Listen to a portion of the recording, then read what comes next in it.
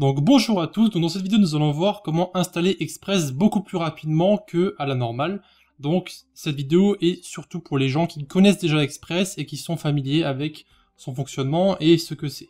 Donc très rapidement, on va faire une petite introduction. Donc comme dit, c'est un framework web qui permet de créer des applications dynamiques, donc web. Donc très rapidement, très facilement. Donc le framework est minimaliste, ça veut dire qu'il est très léger, il est open source et il suit une architecture MVC.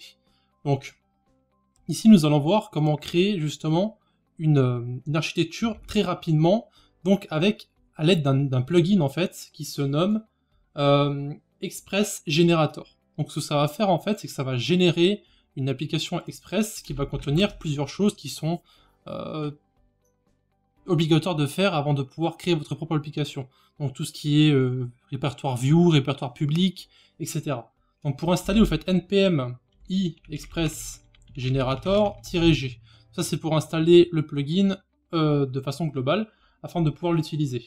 Ensuite, tout ce que vous avez à faire, c'est taper Express et le nom, enfin l'endroit où vous voulez créer votre application. Donc ici, je vais les créer dans le répertoire où je suis actuellement. Donc plutôt, je vais le nommer MyApp, de sorte que ce soit clair. Donc ici, vous pouvez mettre le nom de l'application que vous voulez. Ensuite, vous pouvez voir que ça a déjà été créé. Donc ensuite, ici, il vous dit comment créer l'application. Donc là, vous avez les différentes choses. Donc il va savoir qu'il utilise VueEngine, donc il utilise JAD. Cependant, vous pouvez le modifier si vous voulez en créer un autre, évidemment. Donc ici, tout ce que vous avez à faire, c'est cd dans l'application. Donc ce qu'on va faire, c'est qu'on va cd dans MyApp, ici. Donc là, on est dans l'application, donc il est dans ce fichier ici.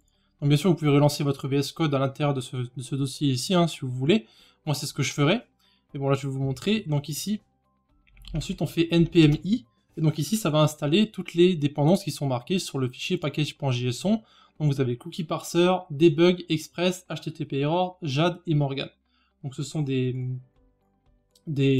modules qui sont tout à fait simples, hein, que vous connaissez sûrement si vous êtes à l'aise avec Express déjà. Donc tout ce qui est, on va voir maintenant, on va pas voir ce que c'est tout ça. Hein. Donc JAD c'est le template engine, cookie parser c'est pour les cookies, debug c'est pour le debug évidemment, express bah, c'est express. HTTP error, c'est pour tout ce qui est communication avec le serveur, et Morgan, je ne sais pas ce que c'est. Log middleware, voilà, c'est un middleware en gros. Donc ici, en fait, ce qui va se passer, c'est qu'une fois que vous êtes à l'intérieur, vous avez fait npm install, il va installer toutes les dépendances qui sont ici, donc comme on l'a déjà vu. Donc, ce qui va se passer, maintenant, hop, les différents fichiers sont à l'intérieur, vous avez le bin ici, www, qui va démarrer votre serveur, vous avez le view ici, donc vous avez accès aux plusieurs fichiers, donc vous avez votre app.js ici, qui contient les différents engines, donc vous avez l'heure, vous avez express.json et encodé, donc ça c'est le body parser en gros, enfin plus ou moins. Vous avez le cookie parser, vous avez le fichier statique qui est public, qui est disponible ici, vous avez 3 dossiers, donc image, JavaScript, stylesheet, donc CSS, etc., que vous pouvez indirectement voir. Vous avez aussi accès au serveur qui sera lancé sur le port 3000 comme d'habitude. Donc là c'est fini, on peut clear maintenant. Donc on va faire un petit tour dans le dossier. Donc vous avez le fichier bin, comme j'ai dit ici, donc bin, qui contient un fichier 3W, donc il va en fait automatiquement démarrer votre serveur sur le port 3000, si aucune alternative n'est demandée en tout cas. Donc tout ce que vous allez faire ici, c'est npm start, et ça va lancer votre application. Ensuite vous avez bien sûr le node module, donc ça c'est les différents modules qu'on vient d'installer. Ensuite vous avez le dossier public, donc ici c'est l'un des plus importants, donc c'est votre fichier qui va contenir donc tous vos fichiers statiques, donc tout ce qui est JavaScript, CSS, images et tous les autres ressources que vous pouvez avoir pour que les gens puissent se connecter à votre site en fait. Ensuite vous avez le root, donc ici il n'est pas directement mis dans app, il est mis à l'intérieur d'un dossier actuellement.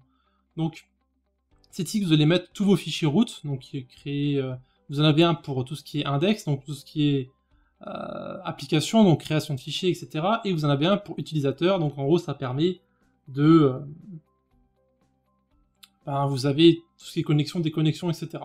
Et normalement, vous pouvez ici en créer d'autres, donc si vous en avez un pour tout ce qui est blog, pour tout ce qui est home, donc ça c'est plutôt dashboard, etc. Vous pouvez avoir un about, vous pouvez avoir plein de fichiers root. Donc si vous connaissez Express, comme dit, tout ça ne devrait pas trop vous être inconnu.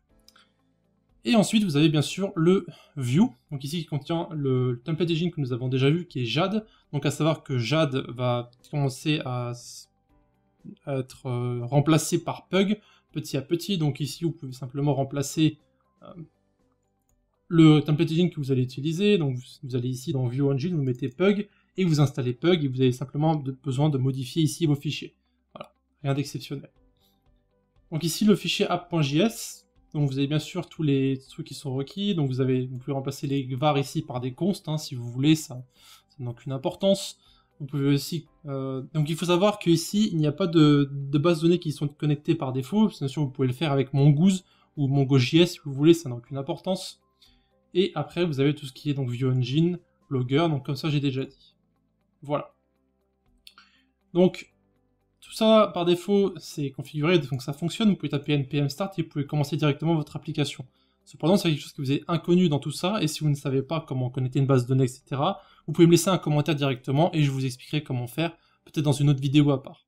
De plus, n'hésitez pas à visiter nos différents réseaux, donc eux aussi dans la description, Discord, notre blog, Facebook, Twitter, Google+, etc. Voilà, si vous avez une question, rendez-vous dans la partie commentaire de cette vidéo, je réponds à tout le monde.